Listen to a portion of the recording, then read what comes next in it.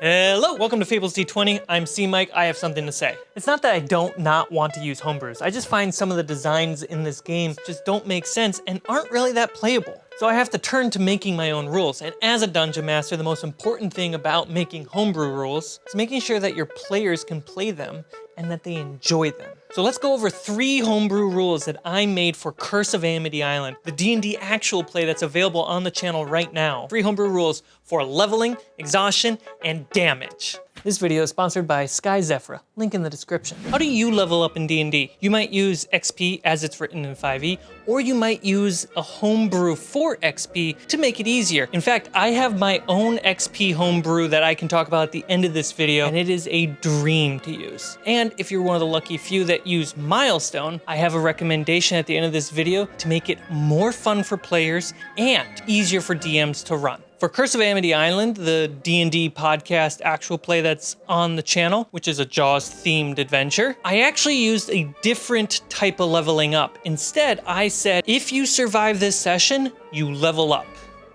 Simple as that. It made the game very interesting because the only obstacle in the way was death. And that changed how my players approached every single combat. But something else I let them do while they're leveling up is something I call heroic leveling. To sum it up, I let the players choose a new subclass every time they level up. They don't have to choose, but they can. But the game's balancing. But I was really inspired by Dimension 20's Crown of Candy, where the ranger was a beastmaster, meaning they had a companion. And that companion, well, something dramatic happened. And it led to a point where a character arc shift needed to happen in the story. Instead of saying, I'm now sad, or now I'm angry, the ranger changed their subclass to a Gloomstalker assassin. Oh, I loved it. It allowed the mechanics of the character to reflect the player's story with that character.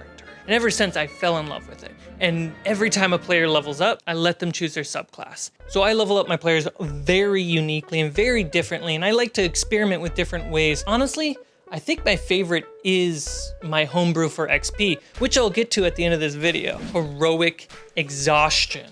Why is everything named heroic? There's nothing heroic about exhaustion. It's nothing fancy. It's basically the one D&D exhaustion rule. The moment they released it, I fell in love with it. I was like, this is way easier to track. This is way easier to play with as a player, because as a player, I have put my DMs in positions to give me exhaustion. And man, just 1 or 2 exhaustions in, it is really unplayable. Exhaustion is stupid. It's actually become a lot easier to deal out exhaustion because it's less punishing. For example, whenever my players end a condition on them, they suffer a point of exhaustion, as if that condition caused it. If my players want to do something really cool, like use up all their spell slots or all their abilities to do something really amazing in the game, I'll be like, that might cost an exhaustion or 2. Whenever my players recover from 0 HP and get back up, they take a point of exhaustion. Whenever my monsters roll a nat 1 on an attack, my monsters get a point of exhaustion.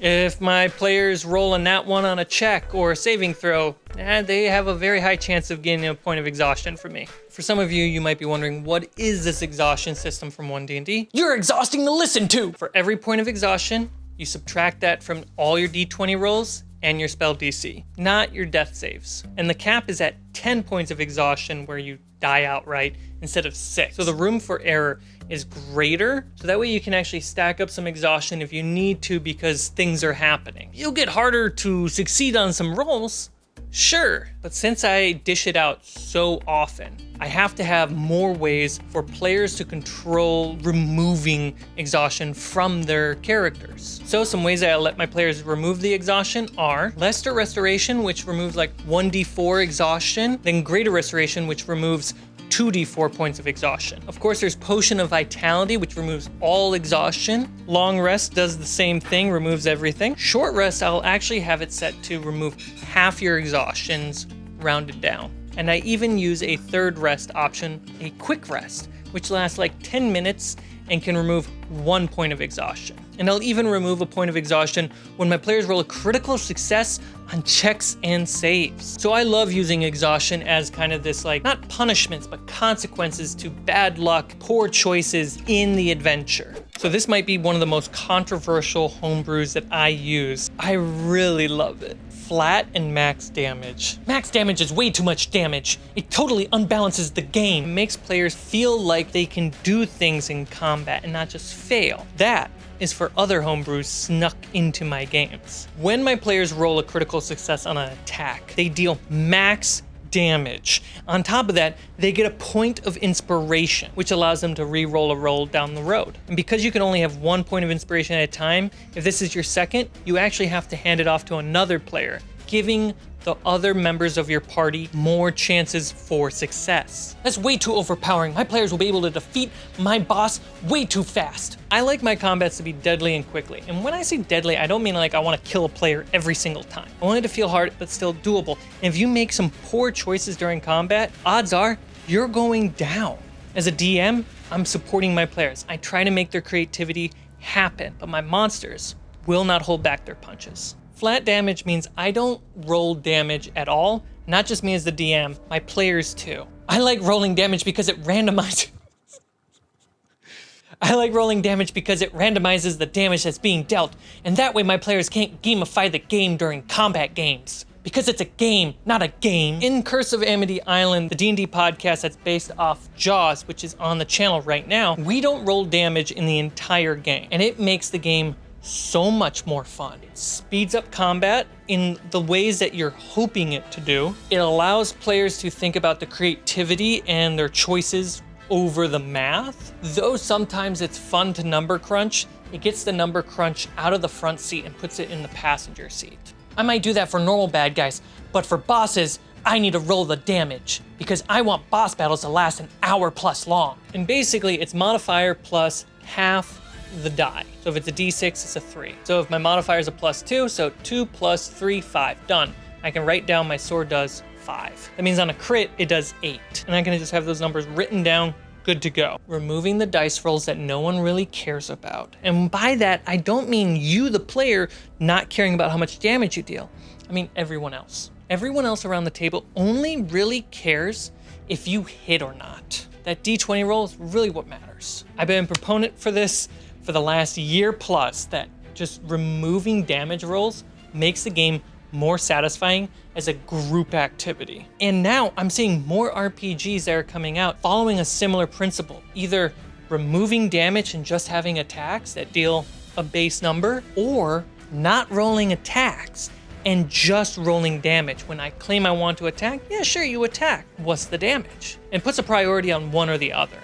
And I feel like having both clogs down the game, but picking one or the other is something that a table can choose. I like my combats lasting 20 rounds, 3 days, and 45 nights. How dare you make a homebrew that allows combat to be 1 to 3 rounds long? Balancing the game is way more important than having fun with your friends. Leave a comment down below on which homebrew you're interested in trying right now, or which one you disagree with, and tell me why. I'd love to hear your opinion. Just play the game as written. Gosh. It's a bummer that Spelljammer, a D&D official game about ships, don't have good rules for ships. Flying ships in Spelljammer suck. Also sucks that Ghost of Saltmarsh, a sea-based adventure for Dungeons & Dragons, an official one, doesn't have good rules for ships, naval ships, submarines, f it. There's not even ghost in Ghost of Saltmarsh. More like no ghost in the Saltmarsh. When making Amity Island, I kind of had a homebrew, a bunch of stuff for ships, and it didn't really work that well. And so it's kind of sitting in the background every time we're in the ships, and we're kind of just going with the flow to get there because there's no real good vehicle rules for Dungeons & Dragons. But what if I wanted to play with more airships, naval ships, spaceships, submarines, you name it, Mad Max trucks? Wizards of the Coast, I'm not gonna rely on them for making good rules for the game in this direction. So instead, we should all support Sky Zephyra, the sponsor of this video, Sky Zephyra, link in the description. It's a successful Kickstarter RPG book about ships, specifically airships. Unspecifically, it's a full vehicle combat system for 5e and that can be converted between the different terrains and the different types of adventures. All made by an independent father and son RPG team, Homie and the Dude. The Kickstarter was already successful, so backing it is a guarantee that you're going to get what you paid for. Easy playable ships, sea ships, Mad Max trucks, submarines, spaceships, mechs, sky cities, and even cities inside the belly of an underwater beast. The core system for Sky Zephyra is designed to be as much RPG and light crunch as you want, or as much mathematical problem solving as you would like. It all depends on your table and your taste, and it has guides to make it as light or as heavy as you'd like. They only have a few days left on their Kickstarter, so I highly recommend you jump over there and support the product sooner than later. I also forgot, it's going to be VTT ready with its own website and app for ship building. You know how some apps come out and then you can do character builds? Same thing, but for your ships. And you can modify your ships as the adventure goes on. So you really can make the ship part of the table and the character that everyone gets to enjoy. They have better rules for players and what to do on a ship rather than one's a captain and everyone listen to him. They have new creatures and mounts, spells, items, and even feats that fit in the genre of an adventure around ships and vehicles. On top of combat rules, they have downtime as well as crew rules. All the NPCs that the DM usually have to run, they have rules to help with that. And for ship combat, they have air zones, so that way you understand the verticality of the game in a very simple, easy to follow along way that doesn't require an aerodynamic engineer sitting at the table, and that can easily be adapted to underwater combat, whether it's a submarine or just players underwater. It's a 250 plus page 5e tome, and the fact that the system is so universal across different types of genres and terrain and adventures, it doesn't just open up the door for better vehicles in your game, it knocks it down with a revolutionary way that everyone can have fun. The book is pretty much done and it's ready for release, so go support Sky Zephyra. The link is down below, and honestly, I'm going to get this book too.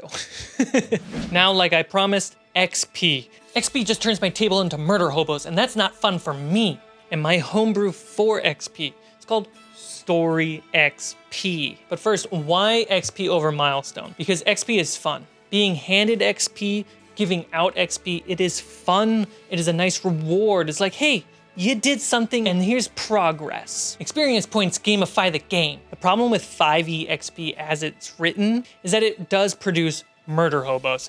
All you care about is killing monsters, killing people, because that's what gives you XP. And I agree, I don't like that at all. Where the big problem for XP lies is in the tracking of XP. Big resolution numbers, hundreds and thousands of numbers. And what we really want is to be able to track XP on a tiny sticky note. So I recommend using 10 XP, meaning every level needs 10 experience points to level up. And if you're the kind of DM that wants every level to be slightly longer, what you can do is 10 times a level, and that's how much XP you need to level up. XP is actually handed out in single digits and is based on the choices that the players do and how that influences the consequence or the reaction of the environment back on them.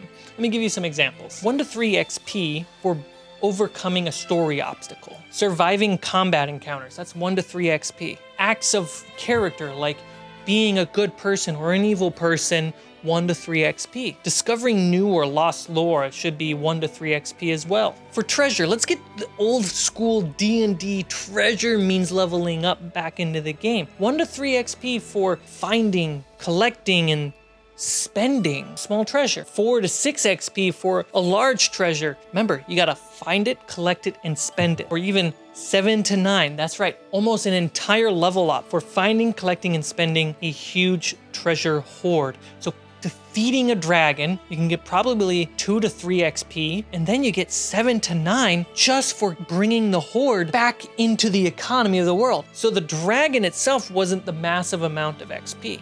It was the treasure. That changes the motivation and incentives of players and how they're going to approach a problem. Experience points makes the game feel like a game and not real life. There's no such thing as XP in real life. You might say, hey, that's super gamey. Well, so are laws. Laws encourage and incentivize certain behaviors from citizens to do what the government would prefer you to do. Just like using XP over milestones, encouraging players to behave certain ways because certain things are more valuable in the world. Whereas milestone is a little bit more subjective and up to the dungeon master. 3 years later, they've only leveled up 4 times, while XP makes it a clear and legal playing field for everybody. But I mentioned 1 to 3. What does 1 to 3 mean? Well, if your choices and your accomplishment over this task led to a positive outcome it influenced the world positively because of your choice, that's 3 XP. If it influenced it negatively, that's 1 XP. And neutral's around 2. So it's like, it's not the worst, it's not the best, there's a compromise. And that's assuming the party is good. If it's evil, you can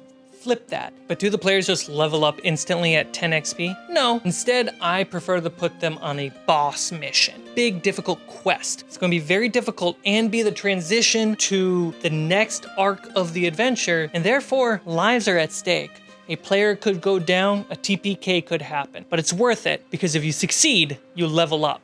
On the other hand, if you're a big fan of milestones, I have a video talking about prophecies, how to set goals with players to measure out the length of your campaign and make milestone adventuring easier to track and easier to plan. Thanks for watching. Hit the thumbs up if you liked the video, and go support Sky Zephyra on Kickstarter and get the best book for ships in Dungeons & Dragons. Alignment is bullshit. This video is exhausting.